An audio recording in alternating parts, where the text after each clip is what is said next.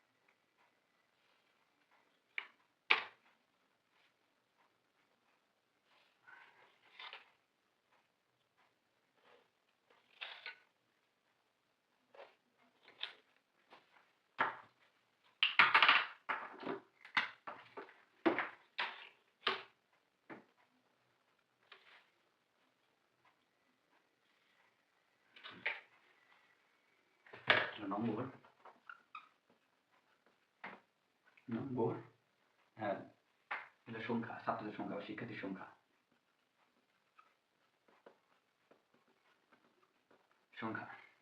নম্বর আমাদের এখানে রেঞ্জ দেওয়া আছে 20 থেকে 30, 30 থেকে 40, 40 থেকে 50, 50 থেকে 60, 60 থেকে 70, 70 থেকে 80, 80 থেকে 90। আমাদের শিক্ষার্থীর সংখ্যা দেওয়া আছে 20 থেকে 30 এর মধ্যে 6 জন, 30 থেকে 40 এর মধ্যে 4 জন, এবং 40 থেকে 50 এর মধ্যে আছে 9 জন, 50 থেকে 60 এর মধ্যে আছে 40 জন, এবং 60 হলো 55 জন, এবং 70 থেকে 80 হলো 20 জন, এবং 80 থেকে 90 হলো 6 জন। আমাদের এখান থেকে গাণিতিক গড় বের করতে হবে। দেখে কি বের করতে হবে? গাণিতিক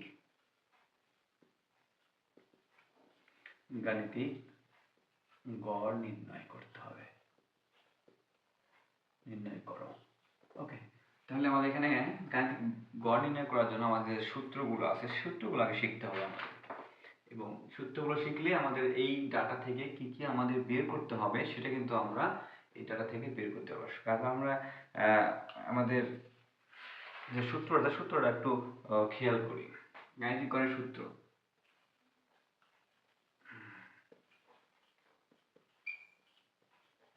গাণিতিক গড়, এটা আমরা x বার দিয়ে লিখি equal to summation of f x by n। এখন সামেশন হলো যোগফল, কার যোগফল? f x এর, অর্থাৎ f টা কি আর x টা কি? f হলো আমাদের গণসংখ্যা বা ছাত্রছাত্রীর সংখ্যা। তার এখানে f কি? f ইকুয়াল টু শিক্ষার্থীর সংখ্যা, মোট মানে শিক্ষার্থীর সংখ্যা,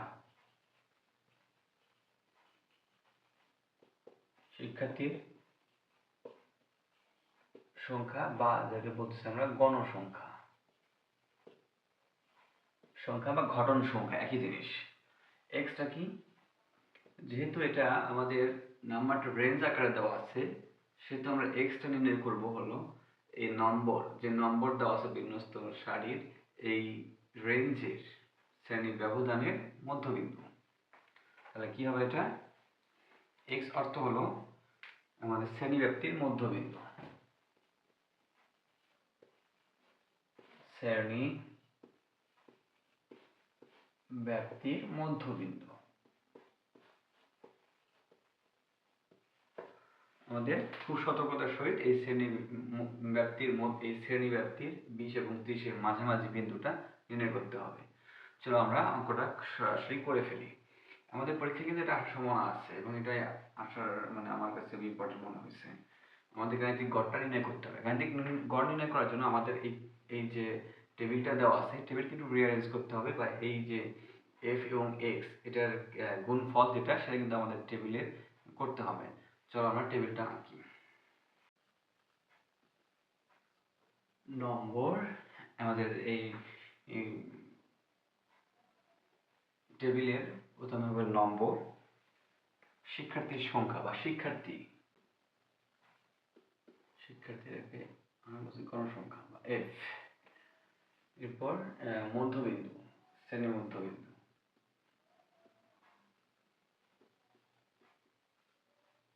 মধ্যবিন্দু, বলতেছি আমরা এক্স। তাহলে আমাদের যে সূত্রটা ছিল সেই সূত্রতে কি লাগবে? এফ আর এক্স এর গুণফল। নাম্বার ছিল আমাদের 20 থেকে 30, 20 থেকে 30, 30 থেকে 40, 40 থেকে 50, 50 থেকে 60, 60 থেকে 70, 70 থেকে 80, 80 থেকে 90। এটাই ছিল আমাদের তথ্য। শিক্ষার্থী সংখ্যা কত ছিল? 20 থেকে 30 ছিল 6, 30 থেকে 40 ছিল 4, এবং 40 থেকে 50 ছিল 9, 50 থেকে 60 ছিল 40, 60 থেকে 70 ছিল, 70 থেকে 80 ছিল 20, এবং 80 থেকে 90 ছিল 6। আমাদের এখন শ্রেণী মধ্যবিন্দু বলতে আমাদের এই যে শ্রেণীটা এর মধ্যবিন্দু 20 এবং 30 এর মধ্যবিন্দু কত হবে? 20 আর 30 যোগ করলে হয় 50, তার মধ্যবিন্দু মানে অর্ধেক, 50 এর অর্ধেক হলো 25, মধ্যবিন্দু হবে কত? 25। তাহলে আমরা এভাবে করে ফেলি। 25, 30 আর 40 কত হয়?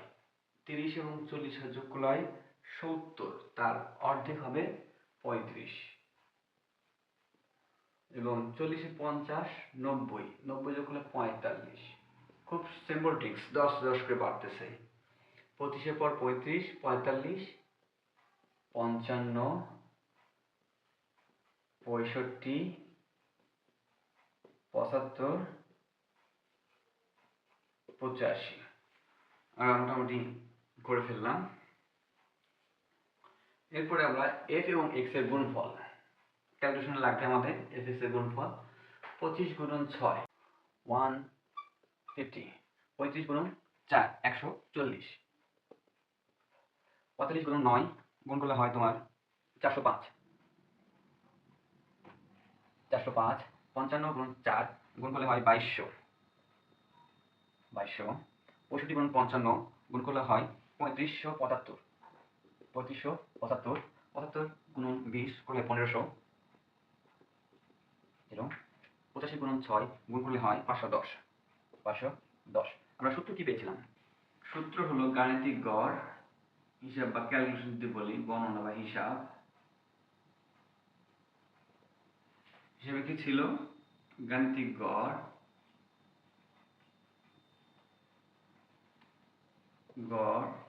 x bar equal to summation of f x by n। ওকে, আমরা তাহলে এখানে n কোনটা?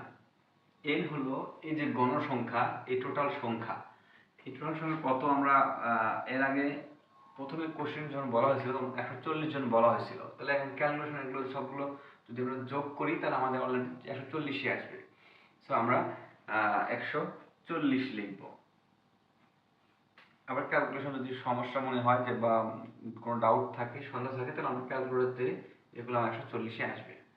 ওকে, এবং summation of F x, summation মানে হলো যোগফল, এটার এফ এক্স এর যোগফল কত হবে সবগুলো কি করবো আমরা যোগ করে দেব। যোগ করলে কত আসে? 8480 আসে। 8480। ক্যালকুলেশনে আমরা যা শুধুমাত্র হিসাবে আমরা এই সূত্রের জায়গায় বসাই দিই। সামেশন কত হয়? 8480 ভাগ হলো n মানে 140। ক্যালকুলেশন করে যেটা হবে সেটাই আমাদের অ্যান্সার। ক্যালকুলেশন করে আসবে আমাদের হলো 60.57, 60.57, এটাই আমাদের অ্যান্সার। পরীক্ষায় তোমরা এই হিসাবটা করতে হবে, হিসাবটা এই স্টেপ বাই স্টেপ করতে হবে। পরীক্ষায় কি কি দিবা? অনেকে মনে প্রশ্ন থাকতে পারে যে পরীক্ষায় কোন পদ্ধতি দেবো। পরীক্ষায় আমার লাগবে, আমি লিখে দিই,